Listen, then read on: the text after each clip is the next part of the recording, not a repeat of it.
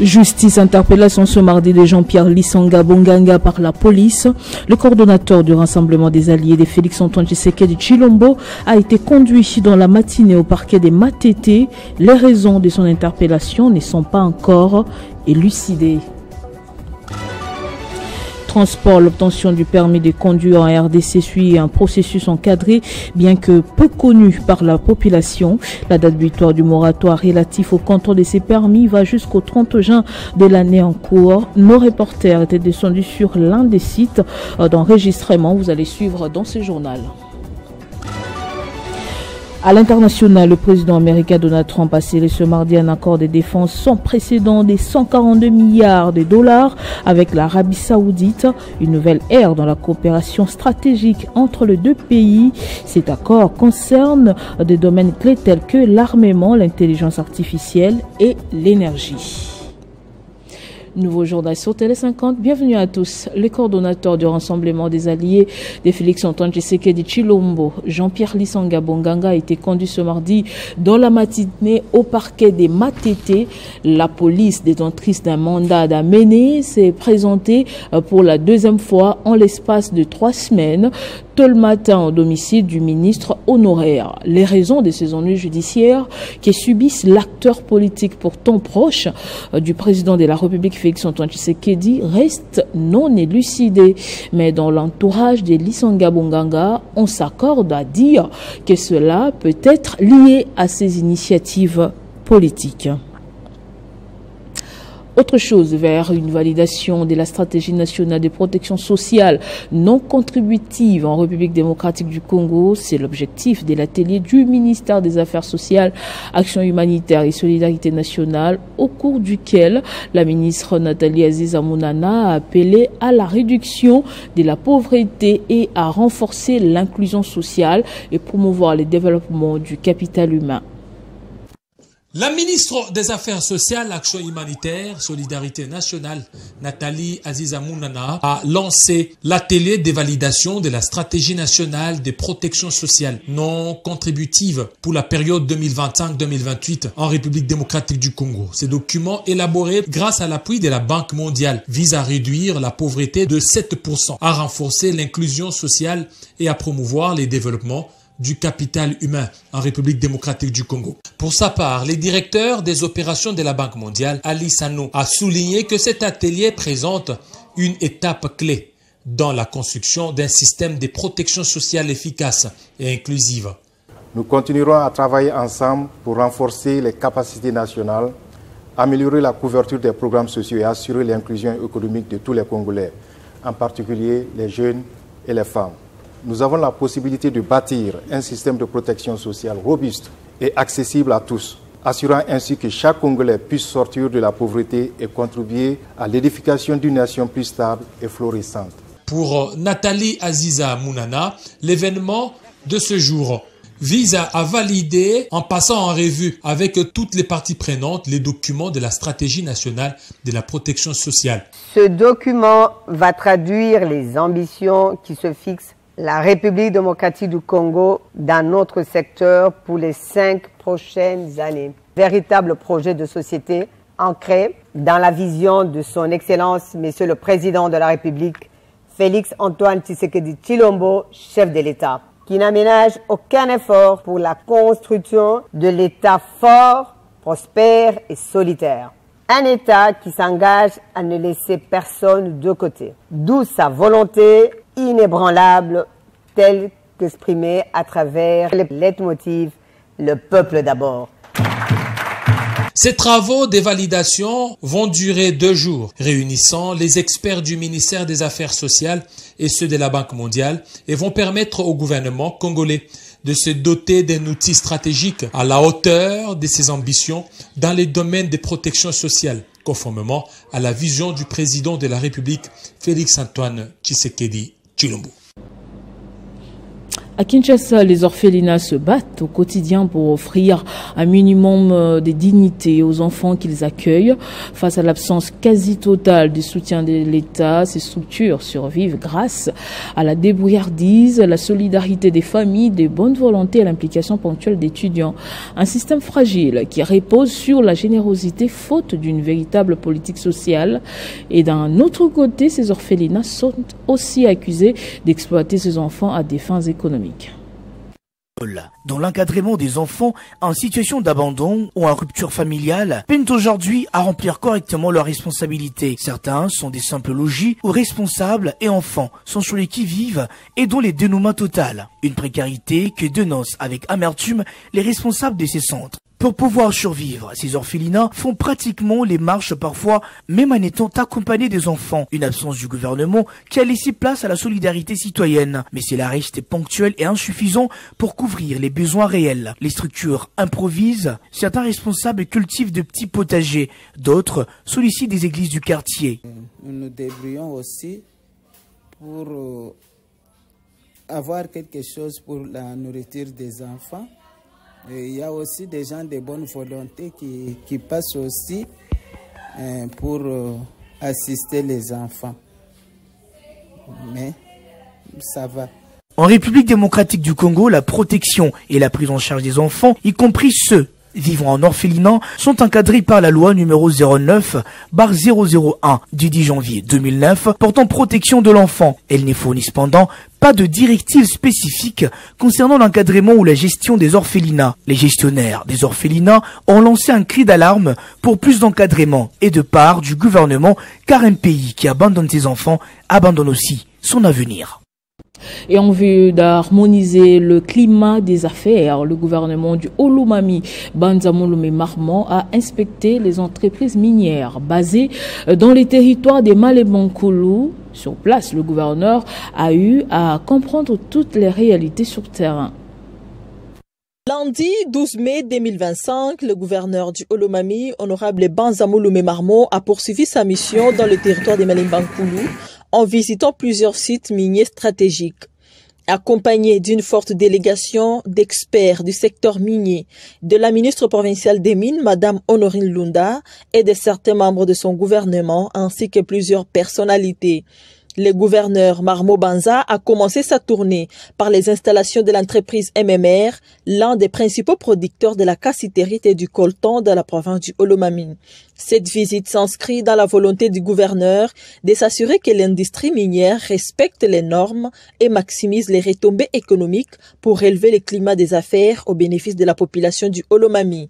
Dès là, la délégation s'est rendue au site de Katondo, où Banza-Mouloumé Marmont a suivi religieusement les explications de l'un des responsables de ces sites sur le fonctionnement des différentes machines de production. Pour finir sa visite, l'autorité provinciale s'est rendue au site de la société Takasa qui vient à peine d'être installée dans les territoires des Malé-Bankoulou. La dite société produit aussi de la cassiterite. À chaque étape de sa visite, le gouverneur a réaffirmé l'importance de la responsabilité sociale des entreprises minières, insistant sur leur rôle crucial dans le développement des populations locales. Nous sommes là avec toute la délégation pour voir d'abord les activités qui se font dans notre pays, voir comment les entreprises fonctionnent, quel est leur état, comment les entreprises encadrent les travailleurs. L'objectif, nous l'avons déjà dit avec les entreprises, nous voulons que l'entreprise s'approprie d'abord la province de l'eau. Nous voulons aussi que la province encadre les entreprises pour que nous puissions évoluer dans l'harmonie et éviter le malentendus. Le gouverneur Marmont Banza a tout vu et tout entendu. Il veut que les secteurs miniers puissent contribuer au développement des communautés locales. Le Centre de développement pour la femme, CDF en sigle, a organisé ce lundi à Kinshasa une matinée d'échange à l'intention des conseillères municipales de plusieurs communes de Kinshasa et d'ailleurs. Le rapporteur adjoint de l'Assemblée nationale, Dominique Monango, a profité de l'occasion pour partager son expérience avec ses conseillères municipales récemment élues. Durant cette rencontre, les conseillères communales réunies au sein de l'Association des femmes élues, conseillères communales de la République démocratique du Congo, ont bénéficié d'un renforcement des capacités sur les qualités et atouts d'une femme leader, l'importance des stratégies en communication et tant d'autres, afin de leur permettre d'être outillés pour l'exercice de leurs nouvelles responsabilités. Cette initiative a été saluée par la princesse Dominique Munongo Inamizi, qui a favorablement répondu à l'invitation aux côtés de la présidente honoraire de l'Assemblée nationale, Janine Mabunda, et du professeur François Idika, afin de partager leur expérience et booster la nouvelle classe politique. C'est avec plaisir que j'ai répondu à cette invitation. Et avec l'accompagnement du Centre de développement pour la femme, nous avons eu à appeler quelques femmes, quelques personnes qui ont eu l'expérience et qui nous ont édifiés en fait, parce que nous aussi on apprend chaque jour, hein, on ne doit jamais se dire maintenant on est arrivé. On apprend chaque jour et avec les conseillers municipaux, nous avons appris comment être des vraies femmes leaders, comment être très près de la base, comment s'habiller, comment répondre avec courtoisie, comment être présente en fait dans tous les petits soucis de nos électeurs. Dans son intervention, Janine Mabunda a relevé quelques aspects importants pouvant aider ces femmes élues à la municipalité pour une bonne gestion de leur mandat qui est en phase expérimentale. De son côté, le professeur des universités François Idika a relevé 10 fonctions stratégiques du conseiller communal tout en martelant sur les communications efficaces afin de se maintenir dans les jeux politiques. Il s'y est de rappeler que le Centre de développement pour la femme demeure un incubateur qui accorde une chance à la femme dans le renforcement des capacités, la lutte contre les antivaleurs, la protection de l'environnement ainsi que l'appui aux femmes vulnérables. Je le disais au sommaire, l'obtention du permis de conduire en République démocratique du Congo suit son processus encadré mais peu connu par la population, de l'inscription à l'obtention du permis en passant par les examens théoriques et pratiques. Des spéculations circulent. L'équipe de nos reporters s'était rendue à Ndolo, l'un des sites retenus pour la passation de ces examens, pour suivre de près les déroulements de cette opération.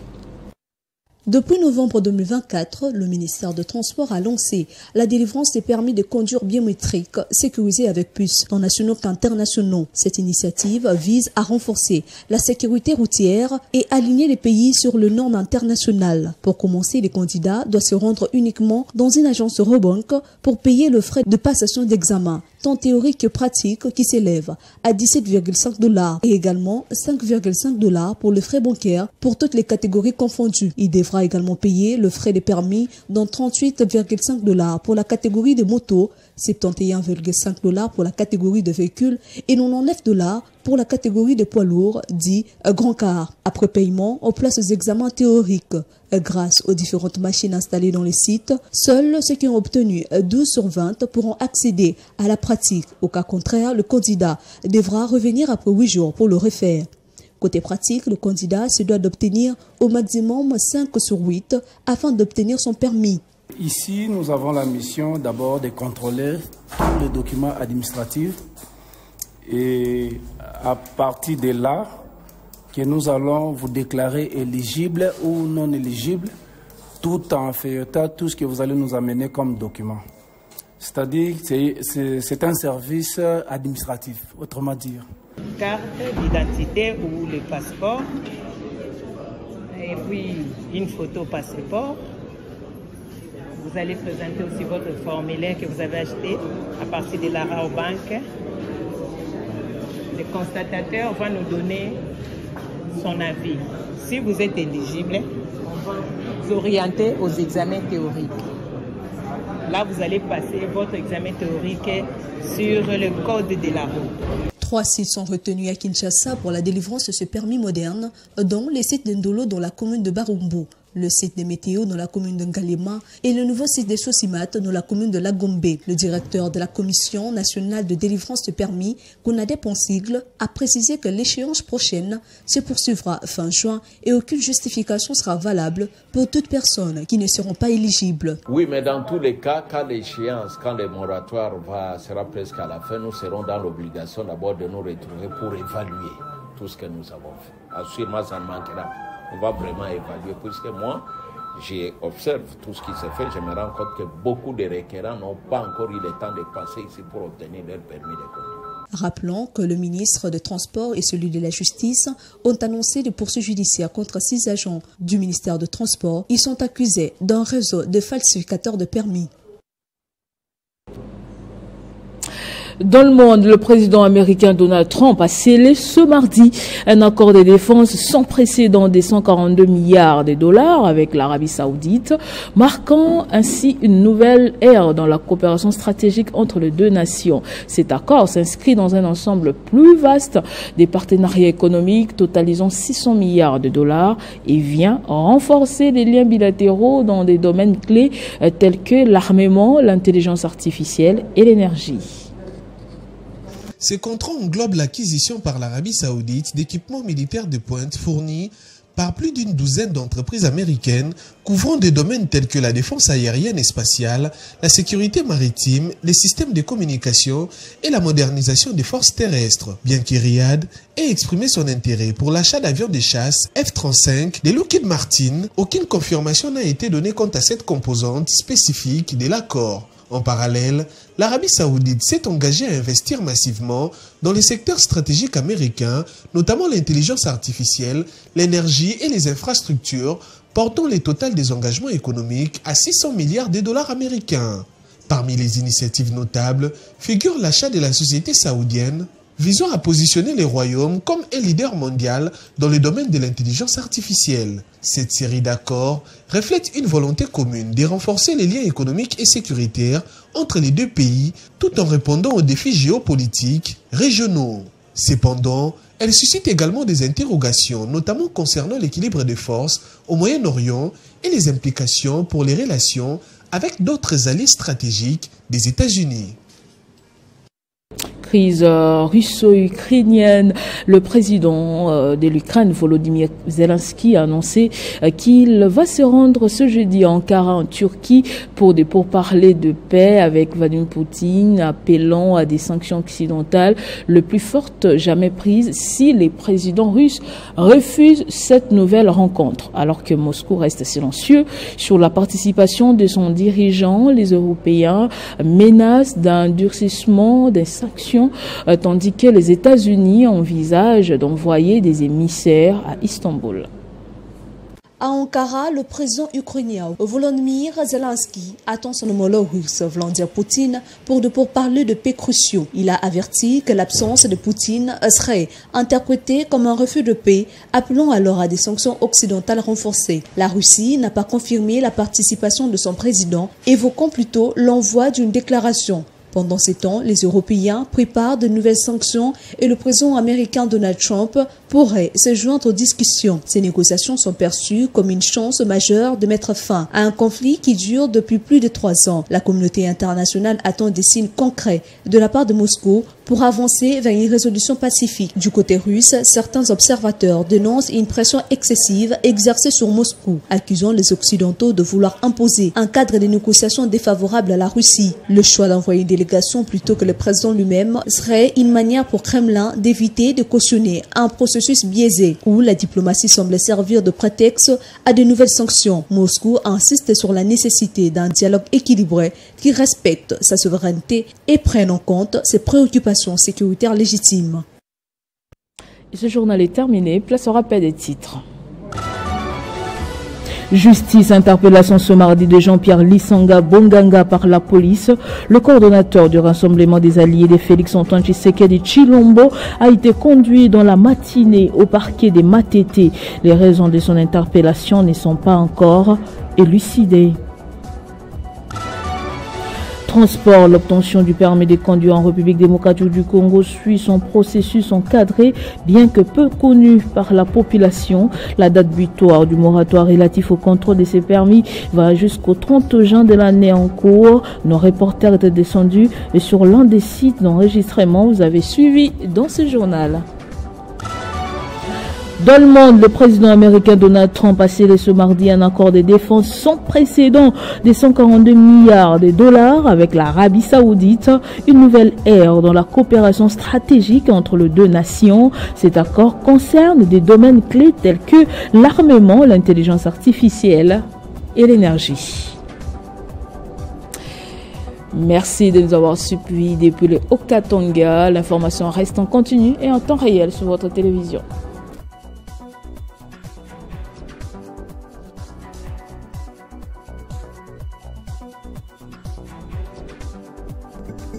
Retrouvez toute l'actualité en continu sur www.tele50.cd.